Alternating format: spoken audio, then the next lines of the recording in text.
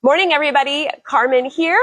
And today we are going to do a how do I embroider on a beanie. Now, this is something that just a few weeks ago someone requested. So if you ever have things that you want to learn or you want us to do a video on, please comment about it because we actually read all those comments, right? And we want to do things that you're interested in. And beanies, today we're here in Seattle and it is snowing in a lot of the Puget Sound area. So it's definitely a good day for a beanie.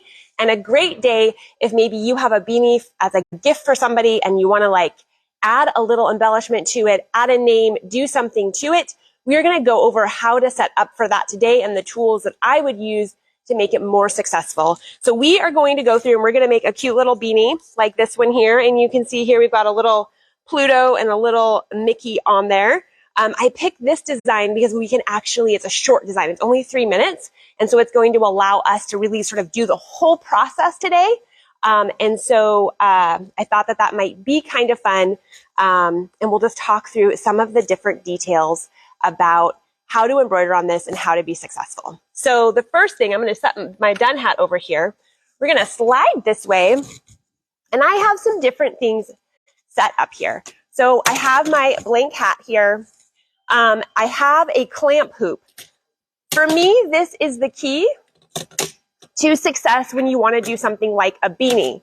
When I originally thought about doing this video, I thought, oh, I'll do it on the multi-needle machine, right? Because the multi-needle machine makes doing any sort of hat, pants, anything that's tubular, a bag, super easy because instead of it being a flatbed machine, it actually has a free arm around its embroidery area. But then I was thinking, well, I bet you that, we have quite a few customers who have multi-needles and I highly recommend getting one, but I bet you we have more customers who have a flatbed machine, more similar to the machine that I'm sitting in front of. So I was like, hey, let's do it on a flatbed machine because I think it will apply to more of you based on what you have at home. And so the number one thing that I would say that you need some form of clamp hoop. This is the Brother 5x7 version that works on many of the different Brother machines and there's also a Baby Lock version that works on many of the different Baby Lock machines. But there's also different brands of clamp hoops out there. Snap Hoop by Designs and Machine Embroidery. They make clamp hoops. Bernina has a new clamp hoop for their machines. There's quite a few different ones out there, but I really think that this is sort of the key to making it work. So the next thing here is you want to decide, I have my little hat here, you want to decide where do you want to embroider, right? What do you want to do? I think for most hats, most of the time you're going to do some embroidery in this area, okay? And you can choose to do it flat or you could choose to do it so the embroidery is on the cuff if the hat is going to stay cuffed all of the times. So you're going to want to think about where you want it and what sort of design you want to put on it. So it's always good to know what you're putting on it before you hoop it so that way you can hoop it correctly based on what you're doing, right? So we know already that I'm going to do a little design like this that has a little line art of Pluto and Mickey Mouse. I wanted to call him Snoopy. Maybe I haven't even watched Charlie Brown's Christmas Carol this year or anything, but that is Mickey Mouse. So anyway, we have our hat here, and what I'm going to do is I'm going to take off my magnets here for the top part. And I really love this hoop. It is lightweight. It works really well. These magnets are super easy to come on and off because you just lift them here. It also makes it easy so they won't let you put them on backwards, right? Because it doesn't seem right. You can tell they're on right because as soon as they're on the right spot, they snap like that, which is awesome. So I know I want to embroider here. Now, if you wanted, you could measure your hat and figure out where the middle point is. I'm just going to eyeball it this time, but a lot of times, if this is a hat or something that I was going to be giving away pretty quickly, I might use tape to mark my midway position instead of a marking pen because I would want it to be something that I could very easily remove. And this sort of material, because it's, it's a woven, it's a knit material here. Sometimes getting pen off can be a little bit more challenging. And so sometimes tape can be a nice thing to use as your marking point.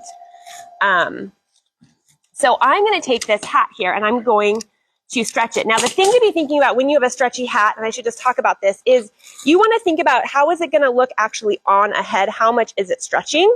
because that's how you want to embroider it stretched to about the same size that someone's going to actually wear it. So of course, if you're embroidering on a child's hat, putting on your own head's probably going to stretch it too much. So you just sort of have to play with that a little bit. And I found that like with this particular hoop and this hat, it worked really nicely to just pull this down over the hoop like this. And yes, I know I have my back still here. Don't worry. We're going to show how to flip that up in a minute. But to get it lined up, we're just going to pull this down over this hoop like this. And then once I feel like, okay, I think that looks pretty good, I'm going to grab some no-show mesh. No-show mesh is a great stabilizer for any time you're doing garments or anytime you're going to have things close to skin, because it's a cutaway, so we can cut really close to it at the back and just leave a very little bit, but it's comfortable against the skin, if that makes sense, and it still provides that stabilization. So I'm going to get my stabilizer in here as well because I also want it clamped. So Carmen, Sherry asked about how much is a brother hoop and where can you get it? Yeah, so this brother hoop, it is on our website. It's the 5x7 hoop. And I don't remember the exact SKU, but we will post it here. And it's on sale right now for $2.99. And it's a really great hoop. And if you live locally and you get our holiday gift guide, I think we have an even extra better special on it. Where I think you get a free item with it. So check that out or give your local store a call, or check out our holiday gift guide. Okay, so let's see here. We have this here. And then I'm going to just clamp this guy on here, and I'm going to clamp on the two sides. See, like that. I almost put it on backwards, but you can just feel it, which is what I love. It, like, you can just tell the magnets aren't working right. And when it goes there, and then this guy goes here. So I have this on here. This looks really good, and we are all set to go there, right? So then the next part of the stabilizer is we are going to put a water-soluble topping on top when we actually embroider it, because we don't want it to get too lost into that knit fabric. So now the next thing we're going to do is we just are going to pop up these corners. And what's nice about this hat here is the corners sort of stay hugged. So you see now on the back here, I've got this, and I have my corners up, and I'm not going to actually sew onto the, obviously you wouldn't want to sew the hat together. And I'm sure some of you have done things like that. I know I have in the past. Even yesterday, when I was playing with this and making my test, I got busy with helping some customers, and then I came back to it, and I almost started it with it as one piece. So don't do that. That would be no good. Okay, so we're just going to get this hooped and on here, and then we're going to go over here to our machine. And I am just going to select the Disney designs. I know that that's where my design is. But if you wanted to pick alphabets or anything, you could pick alphabets. You could do any of those things. We're going to go all the way down to the bottom because that is where my little design is here. We're going to go to set. And I already know that I want my design as high up. We'll go to edit here. And if we wanted to see where it was, you could trace it, but this machine, if we go to embroidery, is sort of slick. I'll just show you.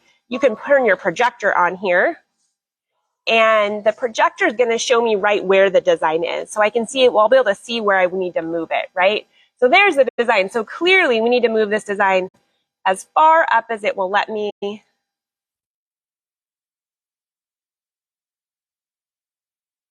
And that's as far as up it'll let me go. And then I also want to move it all the way. I want to move it over to the right a little bit. And then we'll take this our little box here and drag it up to this space now, because now it can show me about what it's going to look like.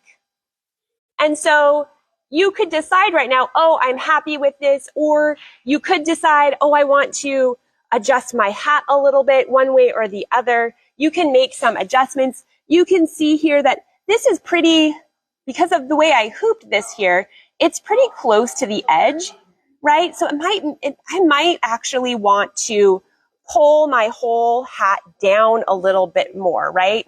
And in order to do that, I would just pull this guy back out here very carefully to not snag it.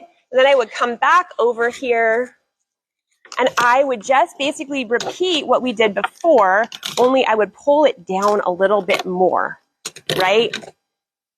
So that way, this is pulled down, and if I knew I wanted it pulled down even more, you could just pull it down so it's a little bit folded over there, readjust my stabilizer to make sure that it's actually in the area, and then redo this. See, I want to put these on backwards every single time. So if you were like me and you do that, it will, it's very clear that it's not quite right. Okay, so there we go. That's going to be down a little bit further. And then I'm going to pull this back up and slide it back under here. And we can see how that's going to line up.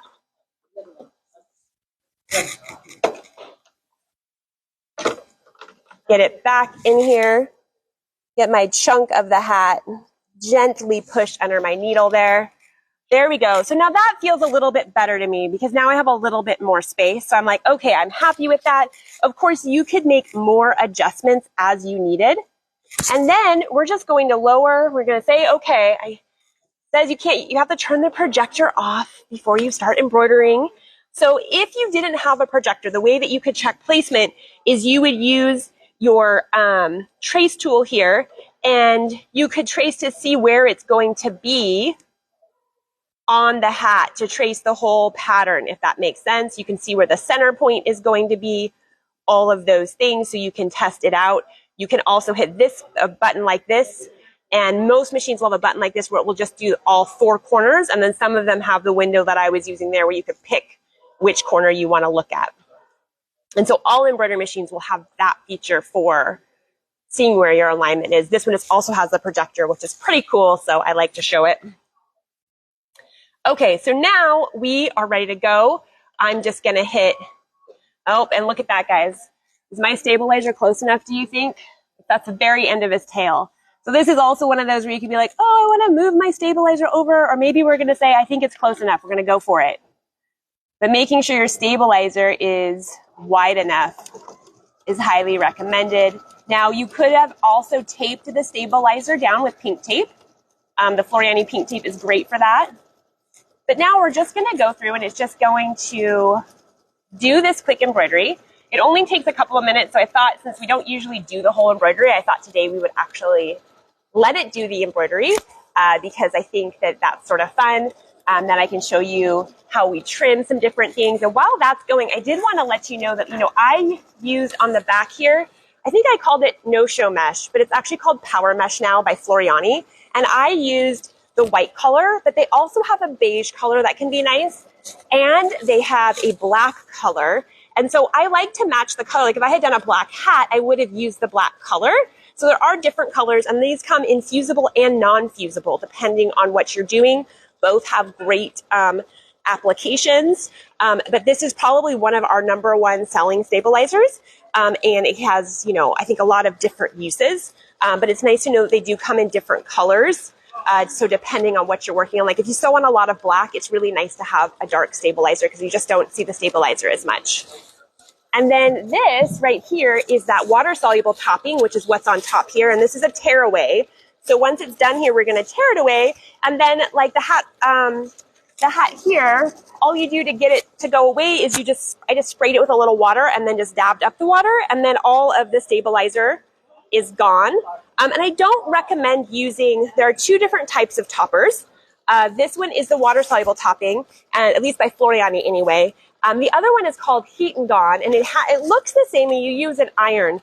But I have found that Heat and Gone, when you have things that are just line items like this, Heat and Gone is harder to get out, and I highly recommend using water-soluble topping instead. And then this water-soluble topping comes in a lot of different sizes. Okay, that is going. So like this is the big roll, which is 20 inches, but it also comes in a 15-inch roll, so it doesn't have to be as long. And most of our stabilizers come in either a 15-inch roll, which is like this one, or a 20-inch roll, which is nice to know because as our hoops get bigger, having a 20-inch roll of stabilizer can be really great when you're hooping a large hoop because you can hoop it this direction, if that makes sense. So let's slide this guy over here. This guy is just about done. We're just finishing Pluto, and then it's going to do the Disney logo. And yes, I should have taped my stabilizer. I forgot to bring my pink tape over here this morning. I hope those of you in the Seattle area are staying warm and dry since we have some snow here in a lot of areas.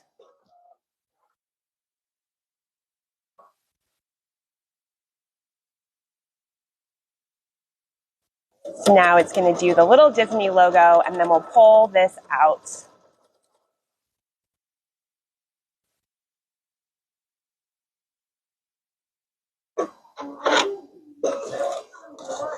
Perfect, all done.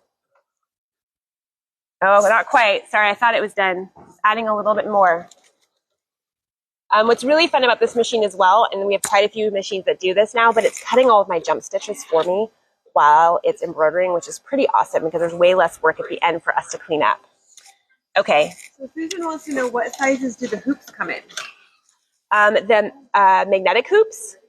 It just says hoops. I'm not So sure. the magnetic hoops, depending on the manufacturer, come in lots of different sizes. So like I know the Designs and Machine embroidery hoops come anywhere from like 4x4 all the way up to probably close to the largest hoop that your machine may take, depending on your machine. I know that a lot of people really like the 5x7 hoop. I find that sometimes with clamp hoops, a lot of times we want hoops that are bigger, but oftentimes for clamp hoops, like even like if I had a 4x4 clamp hoop, that might be really nice. You're trying to do something small, right? The other place that clamp hoops are awesome is if you're quilting or something, or you're doing something where you are embroidering a section and then moving it like a table runner, and then embroidering another section and another section, because the clamps make it really easy to just keep sliding your fabric forward. There's lots of great uses for these clamp hoops. So now I'm just going to take these guys off here, slide this out, and then we're just going to tear all of this wash away stabilizer here. We're going to tear away all these big chunks. So you're not left with a lot, and then you would just use a spray bottle, and then it will just disintegrate basically and wash completely out of the fabric when it's actually washed. But a lot of times when I'm giving a gift to someone or something, I just want to put a little dampness, get the stabilizer to go away like this, but I want it to go, I want it to go and be like, this is a brand new thing that I've just customized for you, right? And there's lots of fun things that you can customize on hats. You could put the name of a high school, right? You could put the kiddo's name. You could put little flowers, really anything that you might want to put on here. You could put a phrase, any of that good stuff. And then back here with the no-show mesh, I'm going to use my handy Kai scissors. These are some of my favorite ones. They just like, if you just listen to them, they're just like the absolute smoothest scissors you've ever worked with. And what I love is here, even in our store, we're like fabric. Only use these scissors for fabric. And we work in a sewing store, right? You got to like make sure no one's using those fabric scissors on their paper and craft projects. So you're just going to go around and trim this, and you can get as fussy with the trimming as you want, or you can do less trimming. It's really sort of a personal preference. You're just going to trim around. And a lot of times for a gift, I probably get pretty close. Right now, I'm just going to do sort of just a little more round and about so you can get the idea. You just trim it close, and then you would rinse off that stabilizer, and you would have your little hat made just like this guy right here. And now if you have a grandchild that loves Disney, now they have a hat that has Disney on it, and that's pretty fun. So that is how I would recommend embroidering on beanies. I think the big key is having a magnetic hoop whenever you're trying to embroider on those items that are just they aren't flat, right? And it helps a lot. Clearly, like this works because this hat is stretchy, so you're able to pull it back. But this would also be a great way to do a onesie. There's a lot of different things that you can do when you have one of these clamp hoops. And like I mentioned before, also great for quilting, table runners, all of those sorts of things. So I hope that this was helpful. I hope you're all having an amazing day. And then I did want to let you know that for the next 2 weeks, because right now today is Tuesday, December 20th. And so for the next 2 Tuesdays, we're going to take a break from How Do I's, as much of the team is taking some time off to be with their families over the holidays. And we will be back on Tuesday, January, what day would that be? 10th. Tuesday, January 10th. So we will see you back here then, but we do have a lot of great content on our YouTube channel. You can actually go and just view all of the how do I's together. So if you want to watch something fun on the next few Tuesdays, go check it out there and catch one that you have maybe missed or haven't seen before. And I look forward to seeing you in the new year.